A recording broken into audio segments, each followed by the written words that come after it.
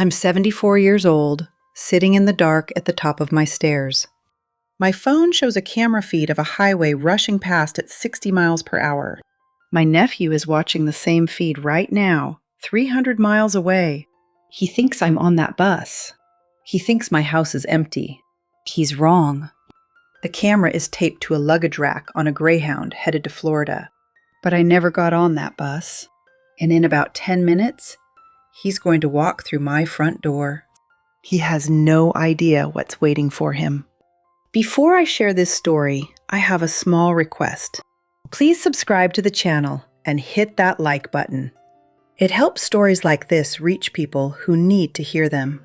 And drop a comment telling me where you're watching from today. Get comfortable. The show is about to begin. I spent 30 years as a parole officer for the Chicago Police Department. You learn a lot about human nature when you spend 3 decades staring it in the face. I learned things that books can't teach you, things that come only from watching thousands of criminal spree to lie their way through a sentence. I remember Marcus Webb, a white supremacist covered in swastika tattoos, sentenced to 5 years for assault. He sat across from me at our first meeting, his eyes dead and hateful. "I ain't talking to no woman," he'd said, his voice flat and cold. I didn't argue. I just slid a photograph across the table. It was his daughter, 4 years old, blonde curls and gap-toothed smile, taken by the state when he went to prison. "You want to see her again?" I asked, keeping my voice level. "Then you'll talk to this woman." 3 years later, Marcus walked out of my office with his tattoos lasered off and a job lined up at a construction company. He sent me a Christmas card every year until he passed away from cancer 10 years later. His daughter was at his bedside when he went. That's what I did for 30 years. I didn't just monitor criminals, I studied them. I learned that guilt has a smell, sour and metallic, like old pennies left in a pocket too long. I learned that liars blink too much or not at all, never anything in between. And I learned that the most dangerous criminals aren't the ones with scars and tattoos. They're the ones who smile at you at Thanksgiving dinner. 10 years ago, a parolee named Danny Ortiz thought he could outsmart the electronic monitoring system. He hacked his ankle monitor, feeding it a loop of false location data that showed him at home every night at 9 p.m. The monitor said he was sitting on his couch watching television. But I knew better. I ran a network scan on his home Wi-Fi and found the spoof device sending fake signals. I showed up at his actual location, about 3 miles away, at 9:15 that same night. He was playing pool, drinking beer, laughing with his friends like he didn't have a care in the world. When he saw me walk through that door, his face went white as a sheet. "How did you—" he started to say. "Because I'm not just a parole officer, Danny," I said, loud enough for his friends to hear. "I'm smarter than your cheap Chinese—" He went back to prison for 6 months for violating parole. And I never forgot the look on his face when he realized that technology can't replace human intelligence. My name is Ramona Miller, but everyone who knows me calls me Rams. I'm 74 years old. My back hurts when it rains. My knees creak when I climb stairs. But my mind is as sharp as the day I graduated from the police academy in 1975.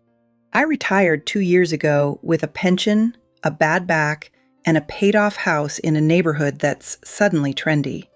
They call it gentrification. I call it property taxes going through the roof. My house is a Victorian beast, drafty and old. But it sits on a double lot in a part of Chicago that developers circle like sharks. The city assessed my property at $450,000 last year. I get letters every month from developers offering cash, promising to close in 30 days with no hassle. They don't understand. This isn't about money. This house was my grandmother's.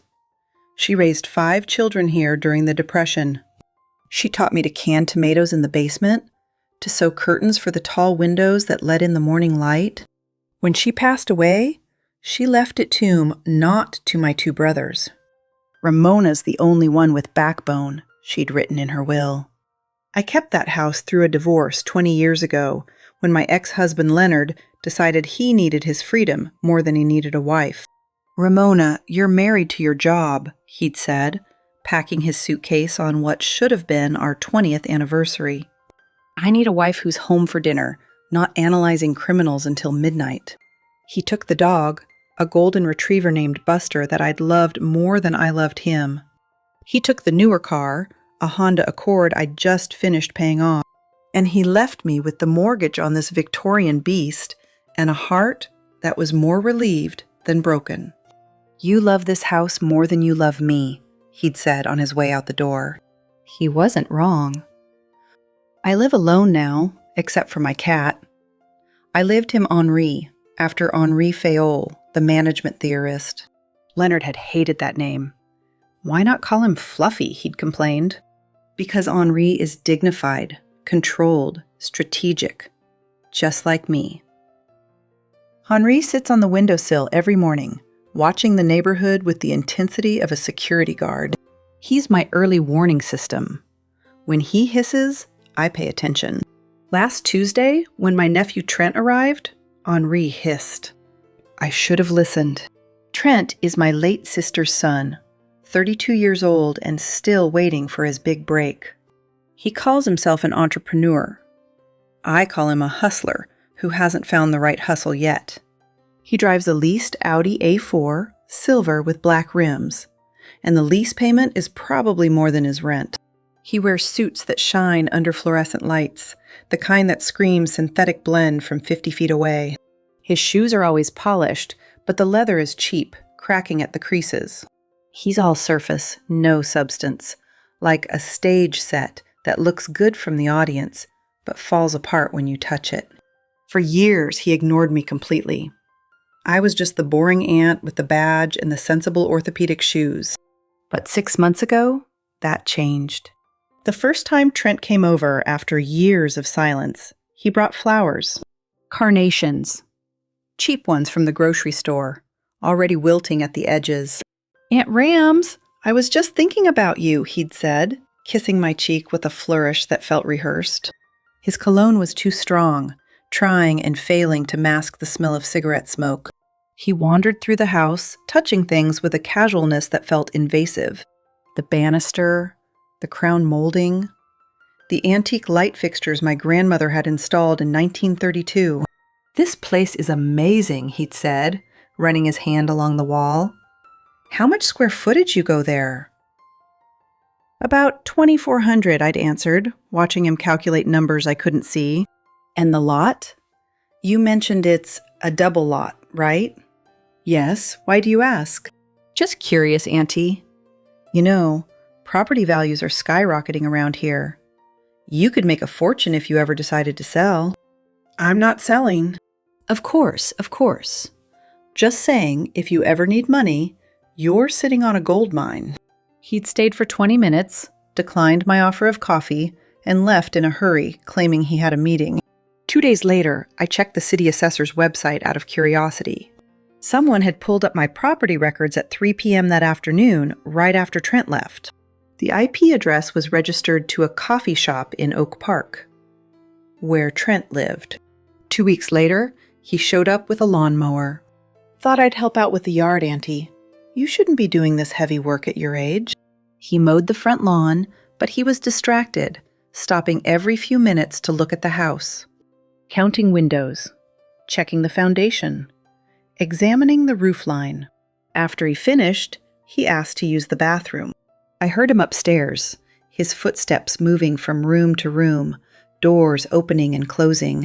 When he came down 15 minutes later, I was waiting in the hallway. "Did you get lost?" I asked, keeping my voice light. He laughed nervously, wiping his hands on his pants. "Just admiring the craftsmanship. They don't build houses like this anymore." "No," I'd said, watching his eyes. "They don't." Last Tuesday, Trent arrived with a cardboard box under his arm. "Aunt Rams, I've been worried about you," he said, setting the box on my kitchen table with exaggerated care. "Worried? About what?" "You're living here all alone. What if there's a fire? What if someone breaks in? I've lived alone for 20 years, Trent. I think I can manage. He opened the box, pulling out a white plastic disc about the size of a dinner plate. This is a smart smoke detector, top of the line. It connects directly to my phone through an app. He held it up, showing me a brand name I didn't recognize, his fingers leaving smudges on the white plastic. If there's smoke, it alerts me immediately, and I can call 911 for you. You won't even have to move. I watched his hands. They were trembling slightly, the way hands tremble when someone's lying and they know the stakes are high. That's very thoughtful, Trent. But I already have smoke detectors in every room. Those are ancient. This is new technology. Wireless, connected, smart. His voice was too loud, too insistent, filling my small kitchen with desperation I could almost taste. All right, I said slowly, letting the word hang between us. Where do you want to install it? Living room. Right above your favorite armchair. That way it covers the whole first floor. He grabbed a chair from my dining room, dragging it across the hardwood floor with a screech that made me wince. Careful with the floors, Trent. Sorry, Auntie. He stood on the chair, reaching up to the ceiling, holding the device against the white paint. He was meticulous about the angle, adjusting it 3 times, tilting it left, then right, then back to center. Does it need to be that precise? I asked. For smoke detection? Yeah, for optimal coverage. The sensors need to be positioned just right. I stood below him, watching him work with the focus of someone who'd spent 30 years watching people lie. He installed it with a screwdriver, not the adhesive pads that usually come with battery-operated devices. He was screwing it directly into my ceiling, making it permanent, making it difficult to remove. There, he said, climbing down and brushing imaginary dust from his hands. Now you're protected. He pulled out his phone, tapping the screen with quick, nervous gestures. See, it's connected to my app. I can check the battery remotely, make sure it's working. He showed me the screen. There was a green indicator light and a timestamp showing the current date and time. Very impressive, I said, keeping my voice neutral. Thank you, Trent. Anything for you, Auntie. Your family. He left in a hurry, claiming he had a meeting with investors about a cryptocurrency opportunity that couldn't wait.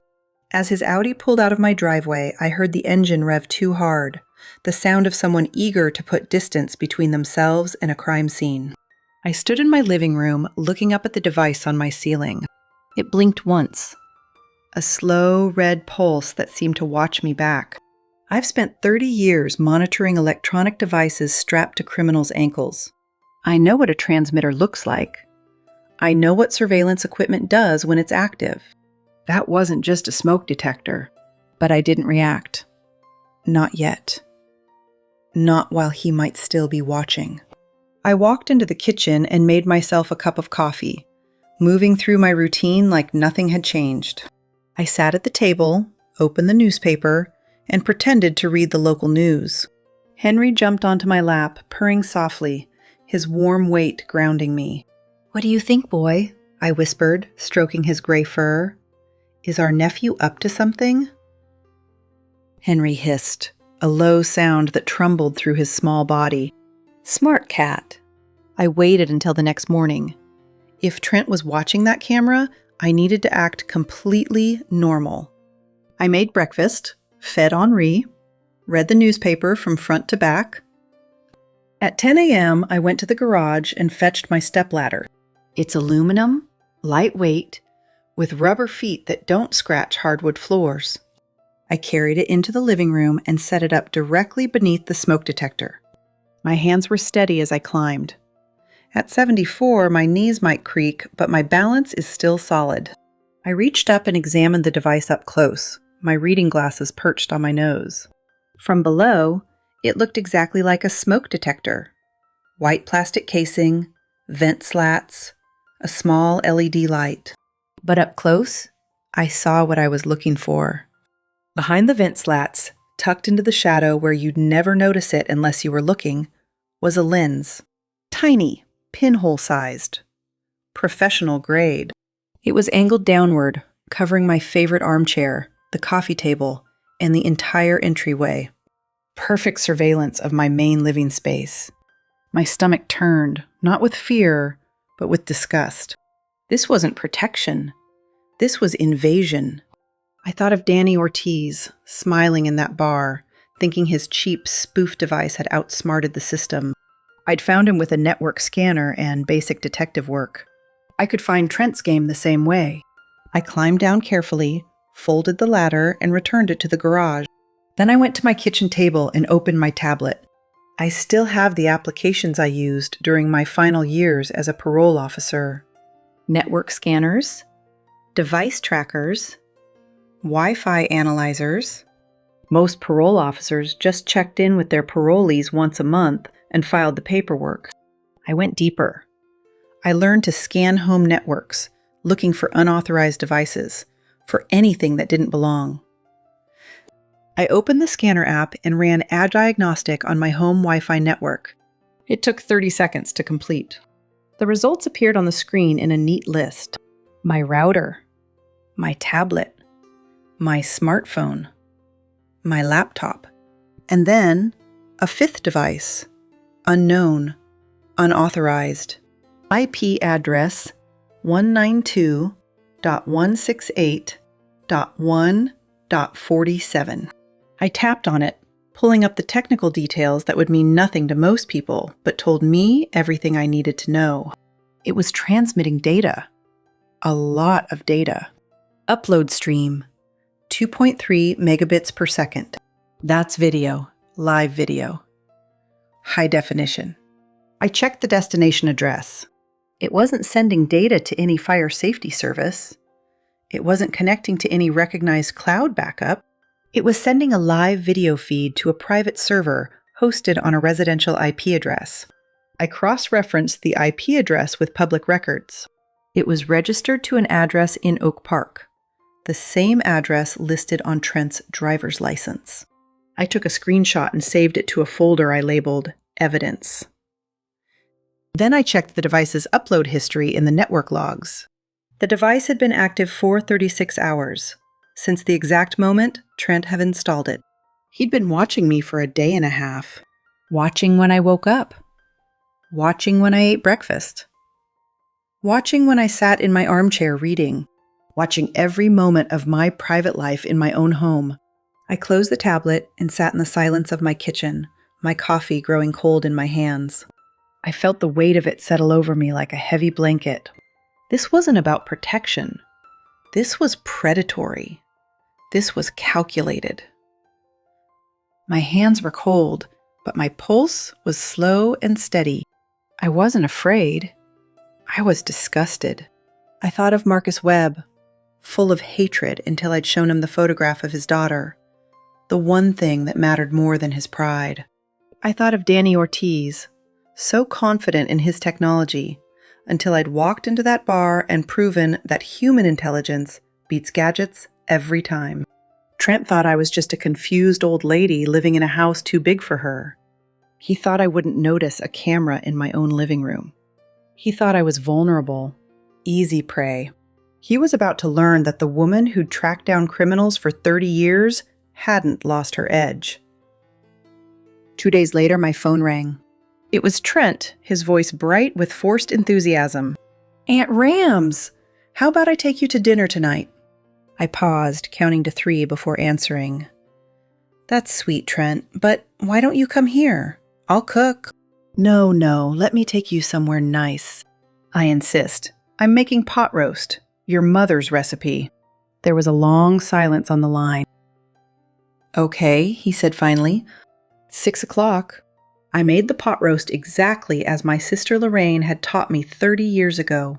Carrots, potatoes, onions, all slow cooked for 4 hours until the meat fell apart at the touch of a fork. The house filled with the smell of home, of family dinners and Sunday afternoons.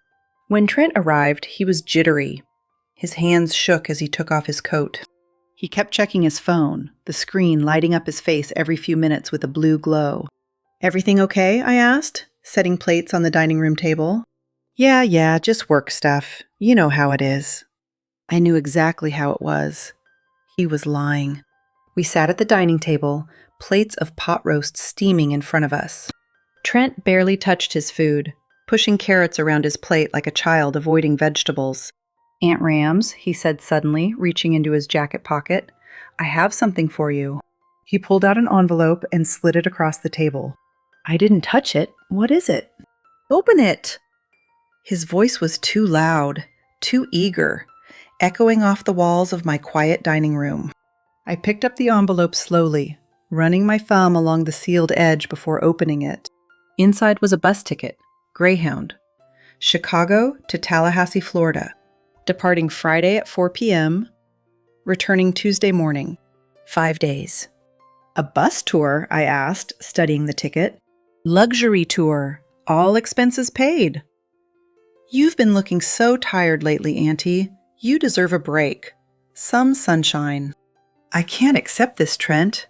This is too expensive." His face flushed red. "Why not?" "I want to do this for you." "Because you can't afford it."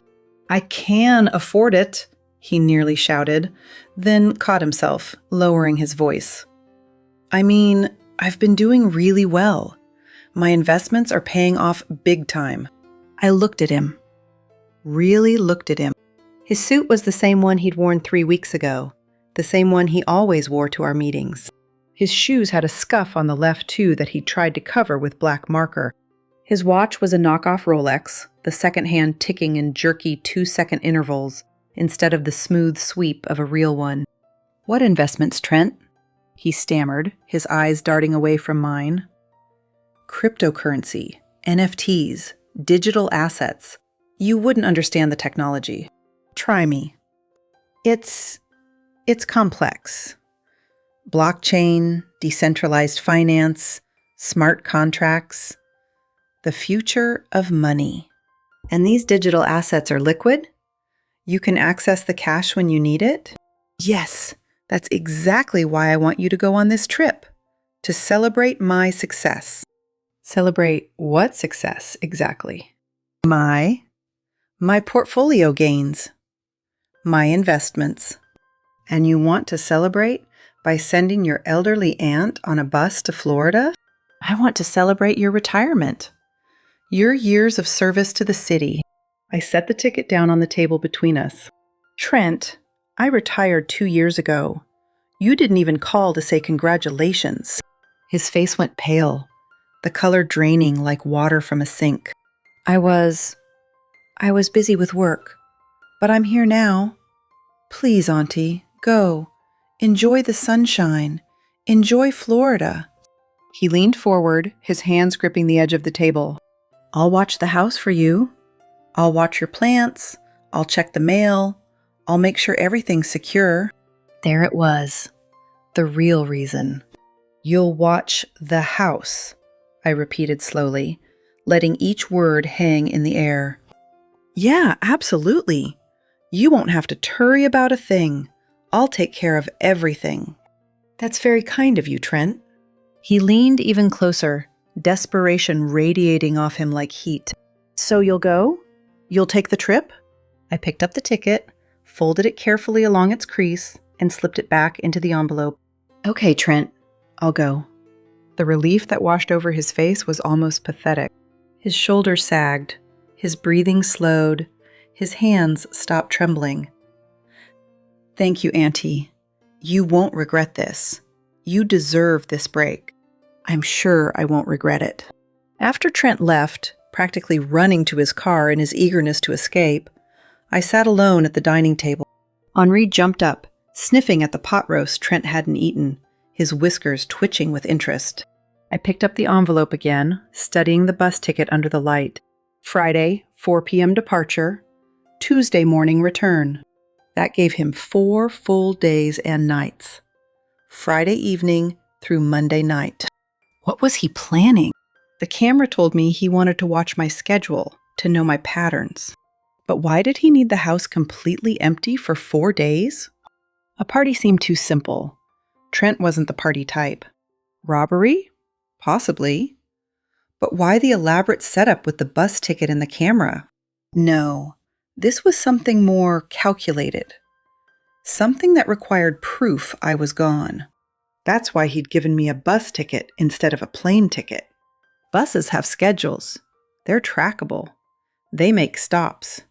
If anyone asked where I was, he could say, "She's on the 4 p.m. Greyhound to Florida. I have the ticket receipt." He needed an alibi. He needed witnesses. He needed me provably absent from my own home. I pulled out my phone and scrolled through my contacts until I found the name I was looking for. Saul Mendoza. I hadn't called this number in over a year, but I knew he'd answer. I tapped the screen. The phone rang twice. "Rams? That you?" His voice was exactly as I remembered it. Deep, rough, cautious. "It's me, Saul. I need a favor." "You in trouble?" "Not yet, but I think I'm about to be." There was a pause on the line. "What do you need?" "Can you come to my house tomorrow, around 10 a.m.? Bring your tool belt. We're going to do some renovations." "What kind of renovations?" "The kind that turn a house into a fortress." He laughed, a short bark of sound. "I'll be there." Saul Mendoza arrived the next morning in a white panel van with Mendoza Security and Electrical painted on the side. He climbed out carrying a heavy tool belt and a metal case that looked like it cost more than my car. He's 53 now, broad-shouldered and solid, with gray streaks in his black hair. I arrested him 15 years ago for breaking and entering. He'd been 28, desperate, trying to steal electronics to pay off a gambling debt that would have gotten him hurt. At his sentencing hearing, I'd stood up and spoken to the judge. "Your Honor, this man has no prior record. He's not violent. He made one stupid mistake because he was scared." I'd convinced the judge to send him to trade school instead of prison. Saul learned electrical work, security systems, computer networking. When he got out, he started his own company. Now he runs the best security operation in Chicago, and he owes me. Not because I arrested him, because I gave him a second chance. "Rams," he said, shaking my hand at the door. "You look good." "You too, Saul. Business must be good." "Can't complain. What's this about?" I led him into the living room and pointed at the ceiling. "My nephew installed that smoke detector 3 days ago. Take a look." Saul set down his tool belt and pulled out a small stepladder from his van. He climbed up, pulled out a penlight, and examined the device for 30 seconds. Then he looked down at me, his expression serious. "That's not a smoke detector, Rams. That's a surveillance camera. Wireless. High definition. Probably streams to a smartphone app." "I know. I already traced it through my network scanner. He's been watching me for 3 days." Saul climbed down, his jaw tight. "Your nephew did this?" "My nephew thinks I'm a confused old lady who won't notice a camera in her own living room." "What's his game?" "I don't know yet, but he just gave me a bus ticket to Florida. 5 days. Leaves Friday. He wants me gone." Saul's eyes narrowed. "He's planning something for while you're away." "Exactly. And I'm going to let him think I left. But I'm staying right here." "You want to catch him in the act." "I want to catch him and everyone he brings with him." Saul grinned, the kind of grin that said he understood exactly what I was planning. "What do you need?" "Remote kill switch for the main breaker. Electromagnetic locks on the front and back doors, controlled by my phone. Reinforced strike plates on my bedroom door. And cameras. Hidden cameras. Hallway, kitchen, front porch. You want to trap them inside. I want them to think they're safe. Then I want to show them they're not." Saul opened his metal case. Inside was equipment that looked like it belonged in a spy movie. "This is going to be fun," he said. We spent the next 4 hours turning my house into a tactical trap. Saul installed a wireless kill switch for the electrical panel, accessible through an app on my phone. One tap, and every light in the house would go dark. He replaced the locks on the front and back doors with electromagnetic bolts that could only be opened with a code from the inside. Once they were engaged, You'd need a battering ram to get out. He reinforced my bedroom door with steel plates hidden behind the wood, turning it into a panic room. And he installed 3 tiny cameras, each one no bigger than a shirt button, hidden in smoke detectors, picture frames, and light fixtures. These feed to your tablet, he explained, showing me the app. Motion activated, night vision, audio. Perfect. You really think he's going to bring people here? I think he's desperate. And desperate people make stupid mistakes. Saul packed up his tools, but before he left, he put a hand on my shoulder. Rams, you taught me something 15 years ago. You taught me that second chances matter. But you also taught me that people who prey on the weak don't deserve mercy. I remember. Whatever your nephew is planning, you stop it. And if you need backup, you call me, day or night. I will. Thank you, Saul. After he left, I sat in my newly fortified house and tested the systems.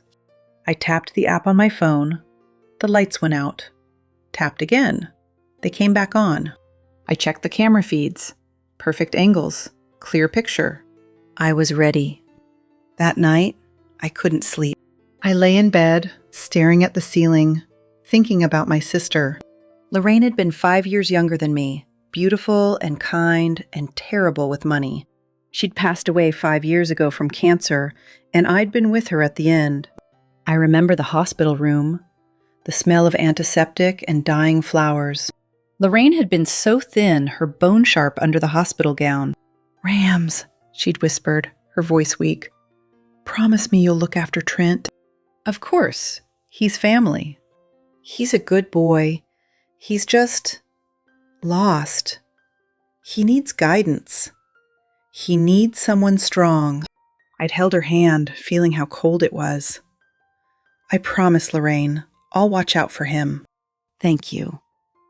You're the strong one, Rams. You always were." She'd passed away that night.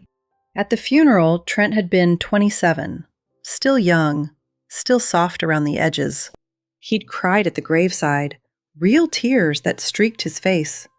After the service, he'd hugged me, holding on tight. "Thank you for being here, Aunt Rams," he'd said. "I don't know what I'd do without family." I patted his back, feeling his shoulders shake with grief. "I'm here, Trent. Always." I wondered now, lying in my dark bedroom, what had happened to that boy. What had turned him from the crying nephew at his mother's funeral into the man who'd plant a camera in my living room? Money. Desperation. Bad choices compounding into worse ones. I thought of my sister, and I whispered into the darkness, "I'm sorry, Lorraine. I tried." But sometimes saving someone means letting them face the consequences of their choices. Friday arrived. At 2 p.m., I packed a suitcase in the middle of my living room, directly under the camera where Trent could see every detail. I folded swimsuits. I packed sunscreen. I put in a romance novel and a pair of sandals. I was performing for an audience of 1. At 3 o'clock, I called a taxi. At 3:30, I dragged the suitcase to the front door, pausing to wave at the smoke detector on the ceiling. "See you Tuesday, house," I said out loud, smiling. The taxi pulled up. I climbed in, gave the driver the address of the Greyhound station, and we drove away. At the station, I found the bus bound for Tallahassee, scheduled to depart at 4 p.m. The driver was a man I knew from my neighborhood watch days, a retired postal worker named Earl. "Rams," he said, surprised to see me. "You taking a trip?" "Not exactly, Earl. I need a favor." I handed him the small padded envelope I'd prepared that morning. Inside was the smoke detector camera, carefully extracted from my ceiling by Saul, connected to a high-capacity battery pack. "I need this to go to Florida." "I'm not going, but this package is." Earl looked at the envelope, then at me. "What's in it?" "Just a piece of technology, a camera. Keep it in the overhead luggage rack. Make sure it has a view of the highway." He laughed. "You playing spy games again, Rams?" "Something like that." He took the envelope. "I'll put it right up front. Best view of I-57 you can get." Thank you, Earl. I watched the bus pull away, merging onto the interstate, the camera I'd planted recording nothing but gray asphalt and white road lines rushing past. Then I took another taxi back to my neighborhood. I had the driver drop me off a block away. I walked through the alley, slipped into my backyard, and let myself in through the basement door that Saul had fitted with a new silent lock. I went upstairs to my bedroom, locked the reinforced door behind me, and lowered the blackout shades. I set up my command center on my dresser. Tablet, phone, thermos of coffee, police scanner. On the tablet screen, I could see 4 camera feeds: hallway, kitchen, front porch, living room. And on my laptop, I pulled up the feed from the bus camera. It showed the highway, the view bouncing slightly as the bus rolled south on I-57. If Trent was watching, he'd think I was 300 miles away and getting farther every minute. But I was right here, in my house, in the dark, waiting. At 6 p.m., my phone buzzed with a motion alert.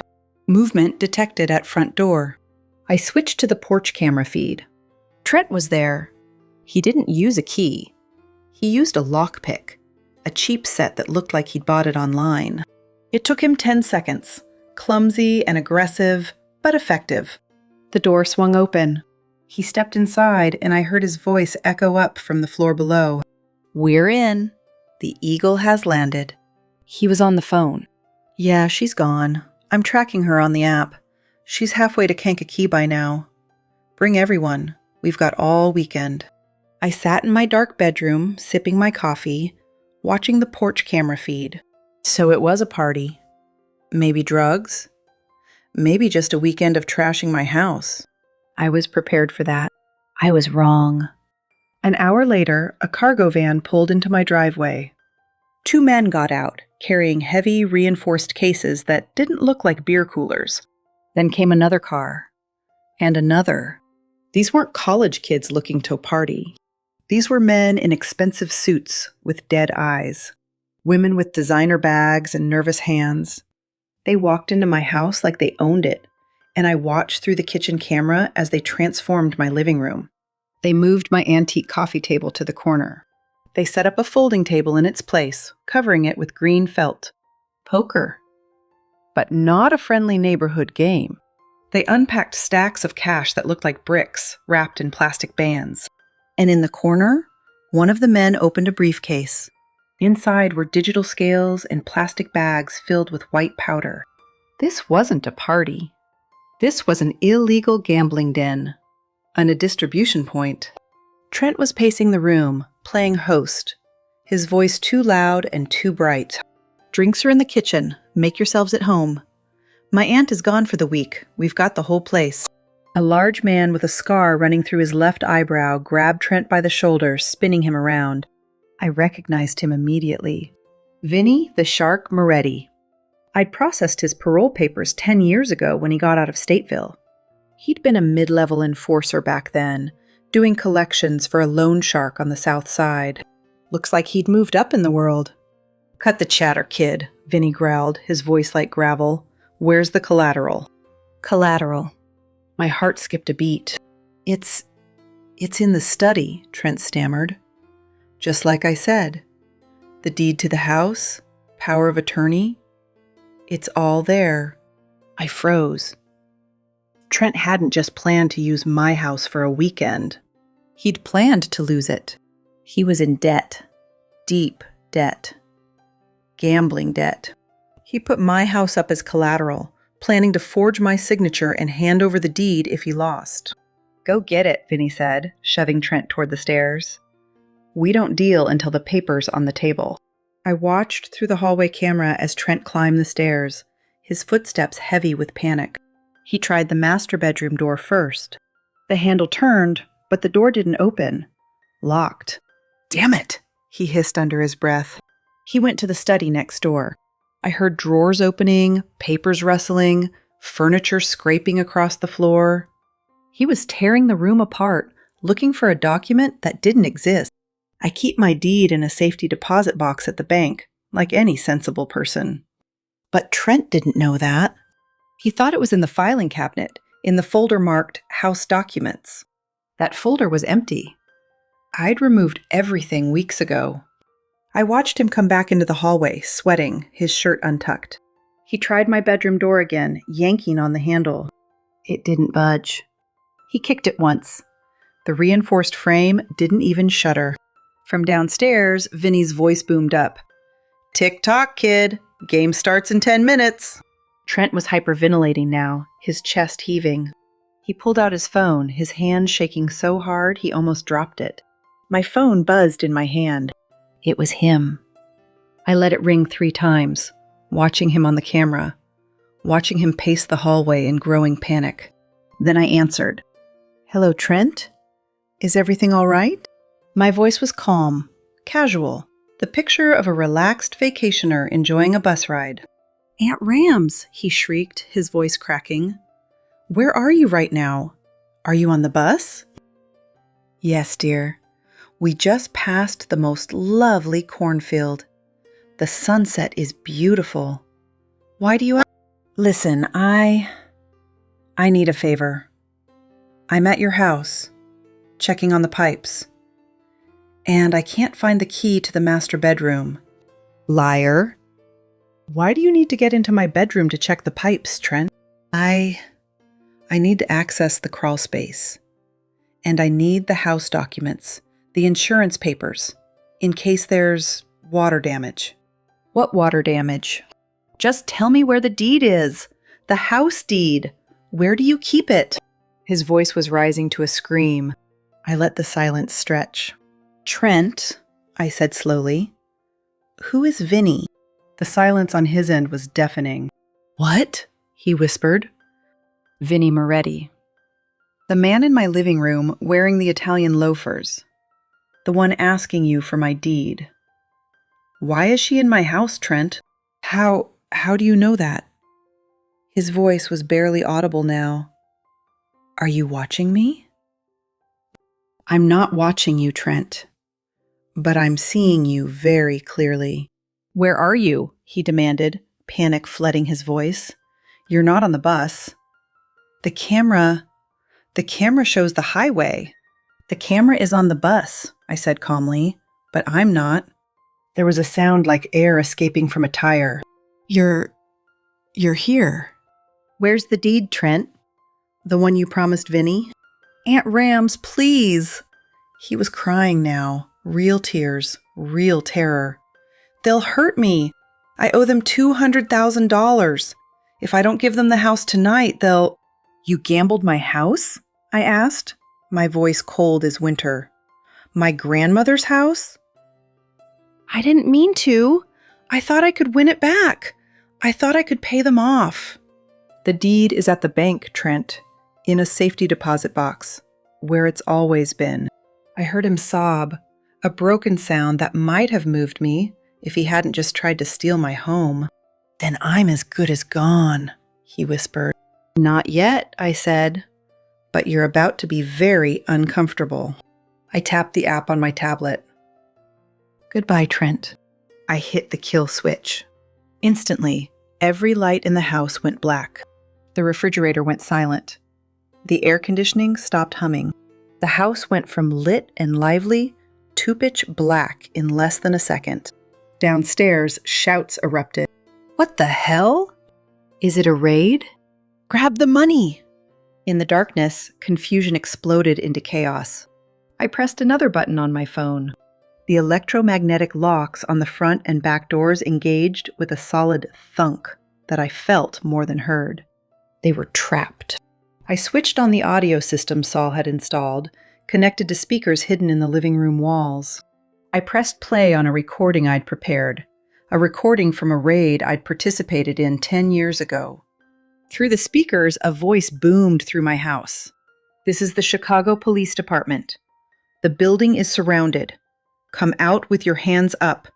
This is your only warning." It wasn't real police. It was 8-year-old recording.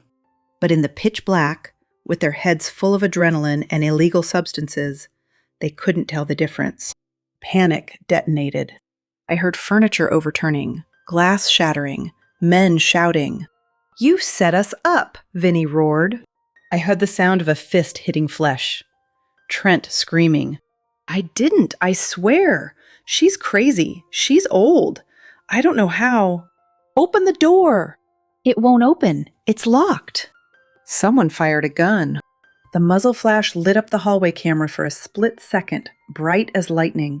They were shooting at the locks, trying to blow them open. But Saul installs steel plates behind the wood.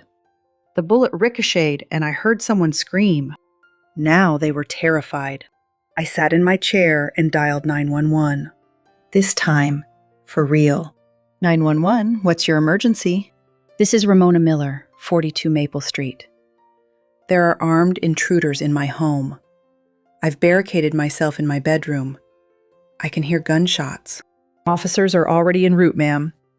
We received multiple calls about shots fired. Stay where you are. Of course they did. Mrs. Higgins next door calls 911 if a squirrel sneezes too loud. I waited. Below me, the rats were turning on each other. Vinny was convinced Trent had set him up, had brought him into a police sting operation. Trent was sobbing, begging for his life, swearing he didn't know how this happened. The other guests were trying to flush the evidence down the toilet, but the electric pump on my septic system wasn't working with the power off. It was chaos. It was panic. It was beautiful. 5 minutes later, real sirens wailed outside.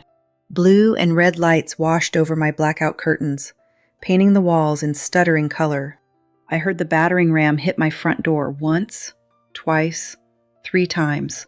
The electromagnetic lock gave way as the fire department cut power from the pole outside. "Police, get down! Hands where we can see them!" The SWAT team poured in, their flashlights cutting through the darkness like searchlights. I watched the hallway camera feed one last time before the signal cut out. I saw Trent being dragged out in handcuffs, his nose bloody, his expensive suit torn at the shoulder. He looked up at the ceiling, right where the smoke detector camera used to be. He knew. I waited until I heard the all-clear announcement from downstairs. Then I unlocked my bedroom door and walked down the stairs, turning on my phone's flashlight to navigate. The living room was a disaster.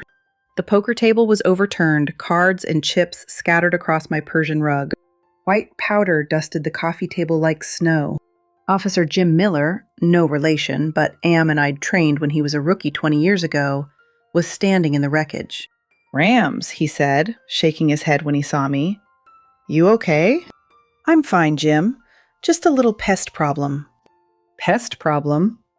He laughed. "That's what you call this?" They brought Trent through the living room on his way to the transport van. When he saw me standing there, holding my phone like I'd just come downstairs to see what the noise was about, he stopped fighting the officers holding his arms. "You," he spat, his face twisted with rage and disbelief. "You ruined me, you crazy old witch. You ruined everything." I walked up to him, close enough to see the tears streaking through the blood on his face. "I didn't ruin you, Trent," I said calmly. "You ruined yourself the moment you thought I was just a confused old lady." "I'm family," he screamed. Family doesn't use their aunt ascolateral in a drug deal. I reached into my pocket and pulled out a folded piece of paper.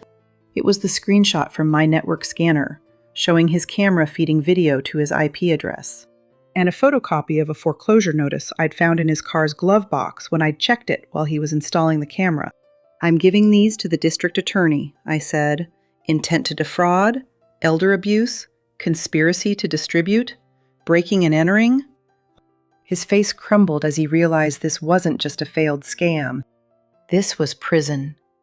Real prison. Not a 6-month county stint. Not probation.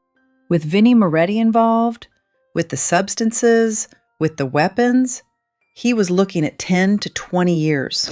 "Take him away," I said. I watched them load him into the transport van. I watched them bring out Vinny, who was cursing and promising revenge on Trent, not on me. Trent wouldn't last a week in general population with Vinny's people knowing what he'd done. I'd have to make a call. Pull one last favor. Get him into protective custody. I might be angry, But I'm not a monster. I made the promise to my sister, and I'd keep it, even if it meant protecting him from the consequences of trying to destroy me. The next morning, the house was quiet. Saul came over to repair the door frame and patch the bullet hole in the wall. I was sweeping up the last of the broken glass when my phone rang. "Mrs. Miller? This is Greyhound Lost and Found in Tallahassee." "Yes?" "We found a package with your name on it, left on bus 402. It looks like some kind of electronic device." I smiled. "Keep it. Consider it addonation to your lost and found department." "Are you sure? It looks expensive." "I'm sure." I hung up and poured myself a fresh cup of coffee. I sat in my armchair, the same one I'd sat in for 20 years, and looked at the empty space on my ceiling where the camera had been. The house was damaged. It was dirty. It needed new carpet and a fresh coat of paint. But it was mine. It was safe. Trent had wanted to sell my home to pay for his sins. Instead, he paid with his freedom. And I learned that even at 74, even in retirement, I haven't lost my edge. The wolf tried to dress up in sheep's clothing and invade the shepherd, but he forgot that the shepherd knows every corner of her pasture, and she knows how to set a trap. So tell me, did I go too far? Should I have just called the police the moment I found the camera? Or did Trent deserve to feel the terror he tried to inflict on me? Have you ever caught someone you trusted in a lie so big it changed everything? What would you have done if you found a camera in your living room, planted by family? I think we all know the answer. If you enjoyed this story of justice served cold, please like and subscribe. It helps the channel grow, and honestly, it helps pay for the new carpet I'm going to need. Let me know in the comments what you would have done in my situation. Where are you watching from today? Until next time, check your smoke detectors and never underestimate a woman who knows how to wait in the dark.